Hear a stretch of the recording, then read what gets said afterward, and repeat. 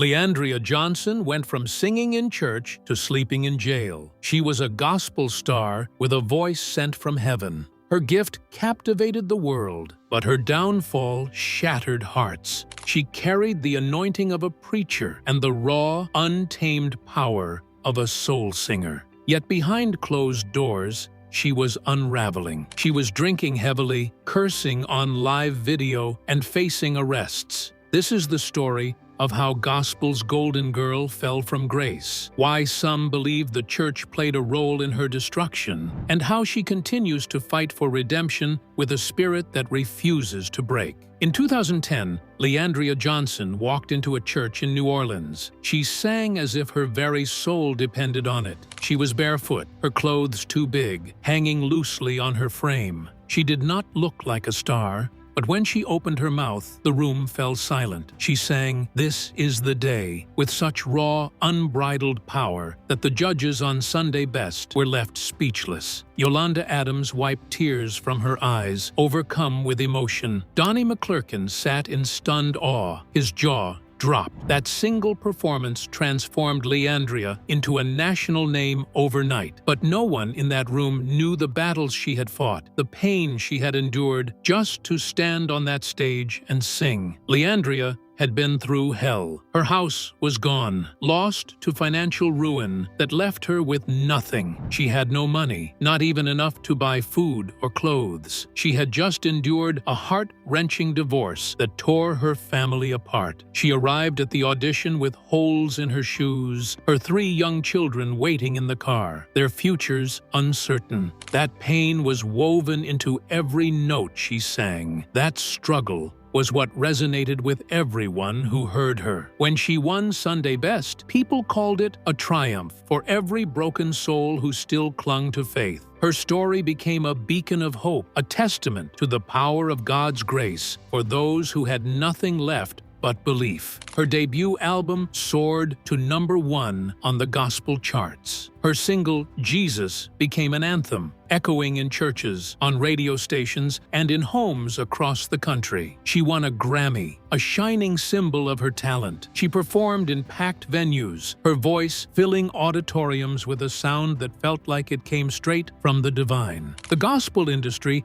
crowned her the next big thing, a voice that could carry the genre into a new era. But with the spotlight came a crushing weight. Church people judged her relentlessly. They criticized her appearance, her bold and unpolished style, even the tattoos that told the story of her life. LeAndria said they praised her gift, but turned a blind eye to her pain. She was battling depression, alcoholism, and the deep, lingering scars of her past. Yet no one in her circle stepped forward to offer the help she so desperately needed. In 2012, LeAndria took a courageous step. She became an ordained pastor and opened her own church. She envisioned a sanctuary where people could be real, where they could heal without judgment. She wanted to lead with honesty, to show that faith could coexist with imperfection. But the pressure to be a flawless leader began to break her. She was drinking heavily, even as she stood at the pulpit, preaching words of hope she struggled to believe herself. She was open about her flaws, telling her congregation she was not perfect, that she was fighting to be better. But instead of compassion, she faced condemnation. Some church members turned their backs on her, whispering that she was unfit to lead. LeAndria said she was trying to heal, but the church was only deepening her wounds, piling on expectations she could not meet. The weight of those expectations grew heavier with each passing year. LeAndria felt trapped, caught between her calling and her struggles. She was a pastor, a mother, a performer, and a woman fighting to keep herself together. She spoke openly about her battles with alcohol, hoping her honesty would inspire others. But the church world was not ready for that kind of transparency. They wanted a saint, not a sinner. They wanted a polished icon, not a woman who admitted she was broken. The criticism grew louder, the support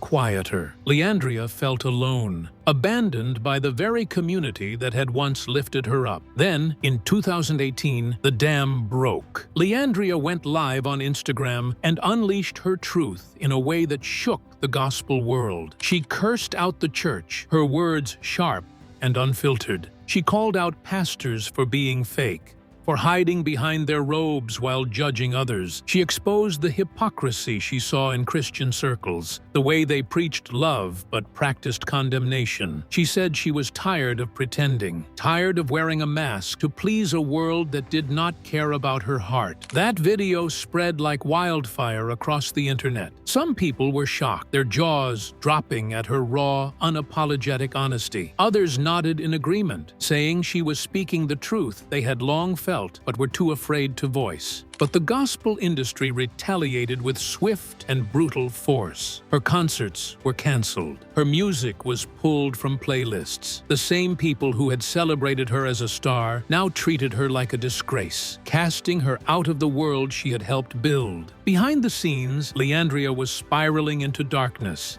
She checked into rehab, admitting she was an alcoholic. She said fame had amplified her struggles, turning her private pain into a public spectacle. She felt like a product, not a person, a commodity to be sold, rather than a soul to be saved. In tearful interviews, she poured out her heart, begging for help, not hate. She spoke of the toll fame had taken, how it had stripped away her sense of self. But the gospel world can be unforgiving, especially for women who refuse to fit the mold. The church that had once celebrated her was now tearing her apart, piece by piece, with every judgmental word and sidelong glance. In 2019, the headlines screamed again. LeAndria was arrested for disorderly conduct after a fight outside a club. Her mugshot flashed across the internet, a stark image of a woman at her lowest. The headlines were merciless. Gospel singer arrested. Social media buzzed with cruel comments and memes, but no one talked about the pain behind that photo. No one mentioned the woman who was still fighting to heal, who was attending therapy, pouring her heart into recovery. LeAndria was clawing her way out of the darkness, trying to rebuild her life. But the judgment was deafening, a chorus of voices that drowned out any whispers of support. The world saw her mugshot, but they did not see her tears, her prayers, or her determination to keep going. Even after rehab, the road was not easy. LeAndria admitted she had relapsed,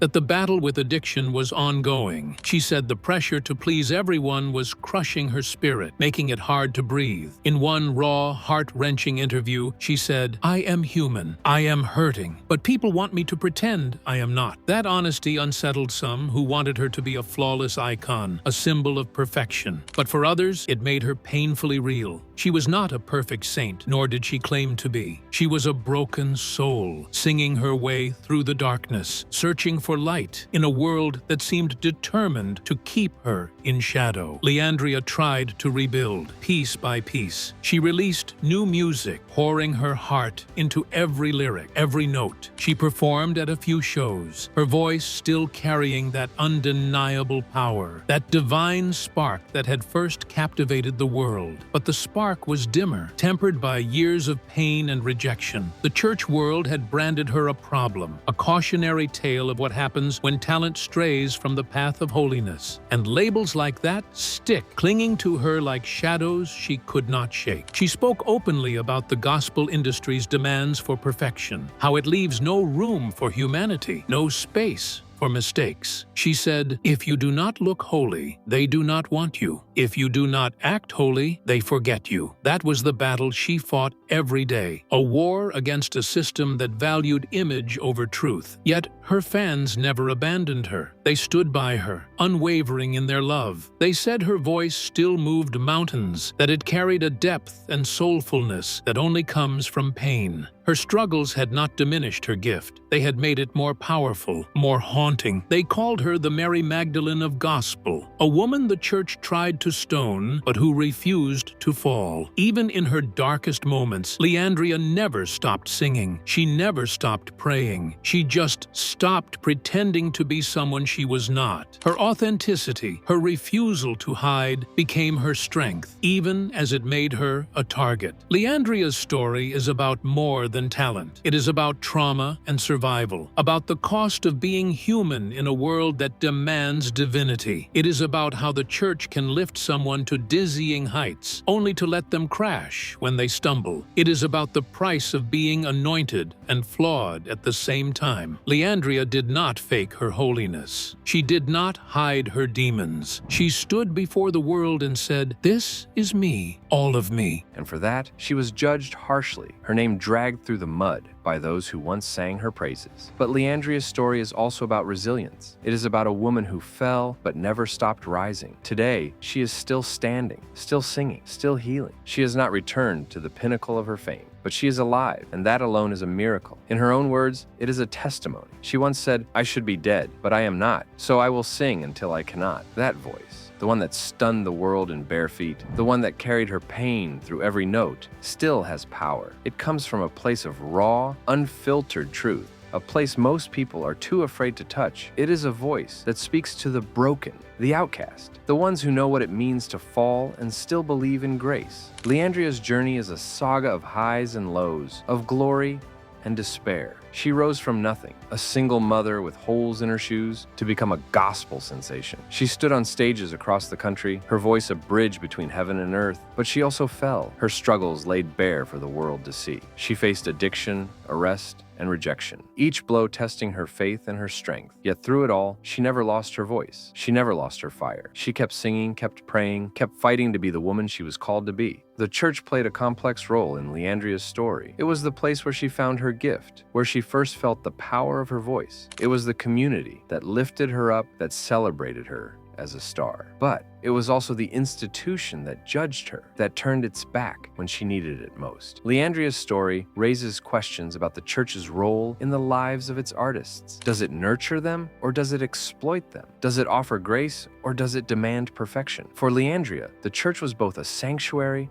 and a battlefield, a place of healing and a source of pain. Her struggles with addiction were not just personal. They were a reflection of the pressures she faced. Fame brought wealth and recognition, but it also brought scrutiny and isolation. LeAndria was expected to be a role model, a beacon of faith, even as she battled demons that threatened to consume her. She spoke openly about her addiction, hoping to break the stigma, to show that even the anointed can struggle. But the gospel world was not ready for that kind of honesty. They wanted her to be a symbol, not a human. They wanted her to shine, not to stumble. LeAndria's arrests were another chapter in her story, moments that the world used to define her. But those moments were not the whole of her. They were snapshots of a woman in pain, a woman fighting to find her way. Behind the headlines, LeAndria was working on herself. She was attending therapy, seeking help, rebuilding her relationship with her children. She was praying not just for herself, but for others who felt lost. She was singing, not just for fame, but for survival. Her voice became her lifeline, a way to express the pain she could not always put into words. Her music evolved with her journey. Her early songs were full of hope, of praise for a God